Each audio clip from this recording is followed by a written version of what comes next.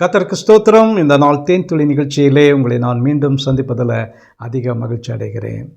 இந்த நாள் கர்த்தர் உண்டு பண்ணின நாள். இந்த நாளிலே நாம் மகிழ்ந்து களி கூறுவோம். இந்த நாளை நாம் ஆண்டவருடைய கரத்தில் கொடுத்து இந்த நாளை அவர் ஆசீர்வதித்தர அவரை நோக்கி பார்ப்போம். இந்த நாளில் கூட இயேசு கிறிஸ்துவனுடைய மலை பிரசங்கங்களிலே ஒரு முக்கியமான இயேசு கிறிஸ்து உபதேசித்து சொன்னதான காரியம் என்னவென்று சொன்னால், மத்தேயு எழுதின சுவிசேஷம் 6ஆம் அதிகாரத்தில் 19, 20, 21 வசனங்களிலே காணப்படக்கூடியதான காரியம். இதில் இவர் இயேசு மிக தெளிவாக சொல்கிறார். இந்த உலகத்தில் உங்களுடைய பொக்கிஷம் என்று சொல்லுகிறார். பொக்கிஷம் என்று சொன்னால் நம்முடைய பொசஷன்ஸ், நம்முடைய பொருள்கள், நம்முடைய ஆஸ்தி, நம்முடைய சொத்து, இவைகளெல்லாம் எப்படி கையாளப்படுகிறது என்று அவர் மிக தெளிவாக சொல்கிறார். இவைகள் எல்லாமே அந்த பொக்கிஷத்தை குறித்து சொல்லும் பொழுது, பூமியிலே உங்களுக்கு பொக்கிஷங்களை சேர்த்து வைக்க வேண்டாம். இங்கே பூச்சியும் துருவும் அவளை கெடுக்கும், இங்கே திருடர் கன்னமிட்டு திருடுவார்கள். இயேசுவானவர் பாருங்கள், ஒரு புரட்சிகரமான ஒரு வார்த்தையை தான் சொல்லுகிறார். நம்ம ஒன்றுமே சேர்த்து வைக்கக்கூடாது என்று சொல்லுகிறார். ஆனால் உண்மையான காரியத்தை பார்க்கும் பொழுது நம்முடைய எதிர்காலத்துக்கு நம்ம சேர்த்து வைக்க வேண்டியது கடமை. நம்முடைய பிள்ளைகளுக்காக நம்ம சேர்த்து வைக்க வேண்டும்.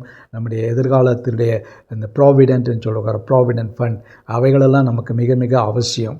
ஆனால் அதே நேரத்தில் மிதமிஞ்சியாக பொக்கிஷங்களை நாம் சேர்த்து வைப்போம்னு சொன்னால், இந்த இடத்துல பூச்சி இவைகளெல்லாம் பொட்டுகளெல்லாம் அதை அரித்து விடும் என்று சொல்லுகிறார். ப்ராக்டிக்கலாக பார்க்கும் பொழுது அவைகள் அப்படியாக நடக்கிறதில்ல. திடீரென்று ஒரு எக்கனாமி அப்படியாக ஸ்லாஷ் ஆகிறது. ஒரு பேங்க்கில் ஒரு ஆர்டர் போடுறாங்க, உங்களுடைய பணமெல்லாம் ஃப்ரீஸ் ஆகிவிடும், உங்களுடைய எல்லா தங்கங்களுக்கும் மதிப்பில்லாமல் போய்விடும் என்று ஒரு நாளிலே ஒரு உத்தரவு போடுவார்னு சொன்னால், நம்ம சேர்த்து வைக்கிறதான பணம் எங்கே இருக்கிறது? நம்முடைய நகைகளோ, நட்டுகளோ, வைரங்களோ, வைடூரியங்களோ ஒன்றுமே உதவாமல் போய்விடும். நம்முடைய கரன்சி நமக்கு பிரயோஜனமற்றதாய் போய்விடும். ஆனால் அவருக்கு ஒரு ஆல்டர்னேட் சொல்கிறாரு, உங்கள் பொக்கிஷங்களை நீங்கள் என்ன பண்ணணும்? தர்மம் பண்ணணும் என்று சொல்கிறார். அவர் என்ன சொல்கிறார்? பரலோகத்திலே உங்களுக்கு பொக்கிஷங்களை சேர்த்து வையுங்கள், அங்கே பூச்சியாவது துருவாவது கெடுக்கிறதும் இல்லை, அங்கே திருடர் கன்னமிட்டு திருடுகிறதும் இல்லை என்று. அங்கே தேவனுக்கு பொக்கிஷத்தை அங்கே சேர்த்து வைக்க வேண்டியதான தேவையே கிடையாது. அவர் தான் எல்லாவற்றையும் உண்டாக்கினவர், அவருக்கு எல்லாம் இருக்கிறது. இந்த உலகத்திலேயே நாம் வாழ்கின்ற வேளையில் நம்முடைய பொக்கிஷங்களை ஏழைகளுக்கும் தேவையுள்ள மக்களுக்கும் பகிர்ந்து கொடுப்போம் என்று சொன்னால், உதவி செய்வோம் என்று சொன்னால், அந்த காரியங்கள் எல்லாம் நம்முடைய பரலோக கணக்கிலே வைக்கப்படும். அங்கே ஒரு அக்கௌண்ட் இருக்கிறது, அந்த அக்கௌண்ட்டில் அவர் அதை கிரெடிட் செய்யக்கூடியவராக இருப்பார். அப்படியாக செய்யும் பொழுது அங்கே எந்த விதமான எக்கனாமி டவுன் இருக்காது, பொருளாதாரத்தில் ஒரு வீழ்ச்சி இருக்காது, எந்த ஒரு காரியம் இருக்காது. நமக்கு எப்பொழுதும் நாம் நன்மையை பெற்றுக்கொண்டவர்களாக இருப்போம். கர்த்தருடைய கரத்திலிருந்து அவைகளை பெற்றுக்கொள்கிற வேளையில் நமக்கு ஆசீர்வாதம், மற்றவர்களுக்கு நம்முடைய பொக்கிஷம் உதவத்தக்கதாக அநேக நேரங்களிலே இருக்க வேண்டும். அப்படி செய்வோம் என்று சொன்னால் நம்மை போல ஆசீர்வாதமான மக்கள் வேறு யாருமே இருக்க முடியாது. ஜெபிப்போமா?